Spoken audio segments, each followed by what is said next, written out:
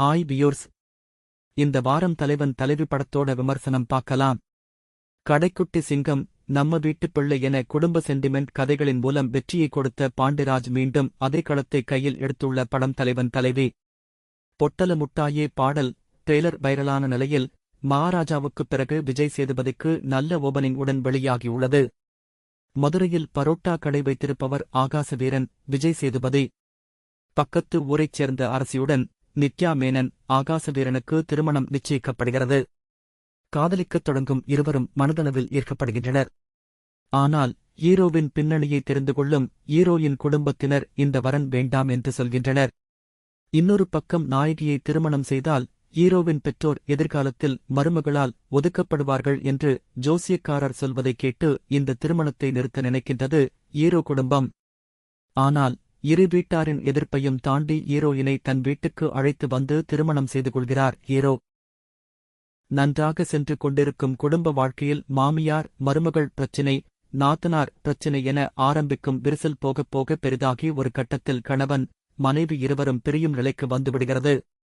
இருவரும் மீண்டும் சேர்ந்தார்களா இல்லையா என்பதை நான்லீனியர் பாணியில் அலசுகிறது தலைவன் தலைவி. தனது முந்தைய படங்களில் உறவுகளின் புனிதம், குடும்பத்தின் பெருமை ஆகியவற்றை பேசிய பாண்டிராஜ், அதே உறவுகளால் ஏற்படும் சிக்கல்கள், சொந்தக்காரர்கள் என்ற பெயரில் உண்டாக்கும் பிரச்சினைகளை இதில் பேசியதன் மூலம் முந்தைய படங்களில்தான் காட்டிய கற்பிதங்களை தானே உடைத்துள்ளார். கணவன் மனைவிக்கு நடுவே ஏற்படும் சின்ன சின்ன பிரச்சினைகள் கூட சுற்றி இருப்பவர்களால் எப்படி பூதாகரமாகிறது என்பதை படம் முழுக்க கலகலப்பாக சொல்லியிருக்கிறார். படத்தில் வரும் ஏராளமான சின்ன சின்ன தருணங்கள் ரசிக்கவும் சிரிக்கவும் வைக்கின்றன. குறிப்பாக நித்யா மேனனை பெண் பார்க்க வரும்போது நடக்கும் காட்சிகள், நித்யா மேனனை ஹீரோவின் அப்பா சரவணன் கல்லாவில் உட்கார சொன்ன பிறகு வீட்டில் தொடங்கும் ஈகோ பிரச்சினை, அதைத் தொடர்ந்து வரும் காட்சிகள் ஆகியவற்றை உதாரணமாக சொல்லலாம். பாண்டிராஜின் முந்தைய படங்களைப் போல இதில் வரும் அனைவரும் நல்ல குணத்தின் மறு உருவம் அல்ல. கிட்டத்தட்ட படத்தில் வரும் அத்தனை கதாபாத்திரங்களிடமும் பிரச்சினை இருப்பதாக காட்டியிருப்பதும் அதற்காக வைக்கப்பட்ட காட்சிகளும் சிறப்பு. படத்தின் தொடக்கத்தில் வைக்கப்பட்ட மகளுக்கு முட்டையடிக்கும் காட்சியை சுற்றியே மொத்த படத்தையும் அமைத்து நான்லீனியரில் கதையை சொன்னது புத்திசாலித்தனமான ஐடியா. நேர்கோட்டில் சொல்லியிருந்தால் இது எடுப்பட்டிருக்குமா என்பது சந்தேகமே. படத்தில் நகைச்சுவைக்கு ஆங்காங்கே வரும் யோகிபாபுவின் உறவினர்கள் உதவியுள்ளன. படத்தின் மிகப்பெரிய பிளஸ் அதன் நடிகர்கள். விஜய் சேதுபதி, நித்யா மேனனை சுற்றி நடக்கும் கதை என்பதால் இருவருக்குமே சமமான முக்கியத்துவம் அளிக்கப்பட்டிருப்பது பாராட்டத்தக்கது.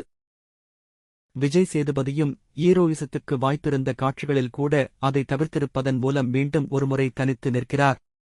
இந்த இருவருக்கும் அடுத்தபடியாக படம் முழுக்க ஸ்கோர் செய்பவர் ஹீரோவின் அம்மாவாக வரும் தீபா சங்கர். இந்த கதாபாத்திரம் அவருக்கு தமிழில் பல கதவுகளை திறக்கலாம். பாரதி கண்ணம்மா ரோஷினிக்கு முக்கியமான கதாபாத்திரம். அதை நிறைவாக செய்திருக்கிறார். சரவணன், செம்பன் வினோத், ஜானகி சுரேஷ், காளி வெங்கட், மைனா நந்தினி, யோகி பாபு என படத்தில் வரும் அத்தனை கேரக்டர்களும் சிறப்பாக செய்திருக்கின்றனர். குறிப்பாக பரோட்டாவை படத்தில் ஒரு முக்கிய கேரக்டராக பாவித்திருப்பது ரசிக்கும்படியிருந்தது. படத்தின் ஆரம்ப காட்சிகள் பரோட்டா பிரியர்களை வாய் ஊற வைக்கும். படத்தின் குறையென்று பார்த்தால் சில சீரியஸான தருணங்களைக் கூட கலகலப்பாக காட்ட முயற்சித்திருப்பது ஒரு கட்டத்தில் ஓவர்டோஸ் ஆகிவிடுகிறது. உதாரணமாக நித்யா மேனனும் விஜய் சேதுபதியும் சண்டை போடும் காட்சிகளில் இருவரும் மாறி மாறி கத்திக்கொண்டே இருப்பது ஓரளவுக்கு மேல சலிப்பை ஏற்படுத்துகிறது. அதேபோல இரண்டாம் பாதியில் எம்எல்ஏவின் ஆட்கள் இரு குடும்பத்துக்கும் இடையே பஞ்சாயத்து செய்வதாக வரும் காட்சிகள், திரும்ப திரும்ப இரு குடும்பமும் மாறி மாறி சண்டையிடும் காட்சிகள் நெளிய வைக்கின்றன. ஒரு காட்சியில் மைனா நந்தினி இவங்க இன்னும் முடிக்கலையா என்பார். அதுவேதான் பார்ப்பவர்களுக்கு தோன்றுகிறது. படமே முடிந்தும் கூட சண்டை முடியவில்லை. விவாகரத்து குறித்த காட்சிகளை நகைச்சுவையாக காட்சிப்படுத்தியிருப்பது சரிதான். ஆனால் ஒட்டுமொத்தமாக விவாகரத்து செய்பவர்களை எல்லாம் நோக்கி விஜய் சேதுபதி செய்யும் அட்வைஸ் சேவையற்றது. எல்லாருடைய சூழலும் காரணமும் ஒன்றல்ல. சந்தோஷ் நாராயணின் பின்னணி இசை படத்துக்கு பக்கபலம். பாடல்களில் பொட்டல முட்டாயே குதூகலிக்க வைக்கிறது. சுகுமாரின் ஒளிப்பதிவு காட்சிகளின் தரத்தை கூட்டியிருக்கிறது. நான்லீனியராக அமைக்கப்பட்ட திரைக்கதையை தொய்வின்றி நகர்த்த உதவிய எடிட்டர் பிரதீப் ராகவுக்கு ஸ்பெஷல் பாராட்டு. சில குறைகள், சில இழுவைகள் இருந்தாலும் திருமணத்துக்கு பிந்தைய வாழ்க்கையை முடிந்தவரை கலகலப்பாகவும் சுவாரஸ்யமாகவும் சொன்ன வகையில் ஃபேமிலி என்டர்டெய்னர் ஜானரில் மீண்டும் ஒருமுறை ஜெயித்திருக்கிறார் பாண்டிராஜ்.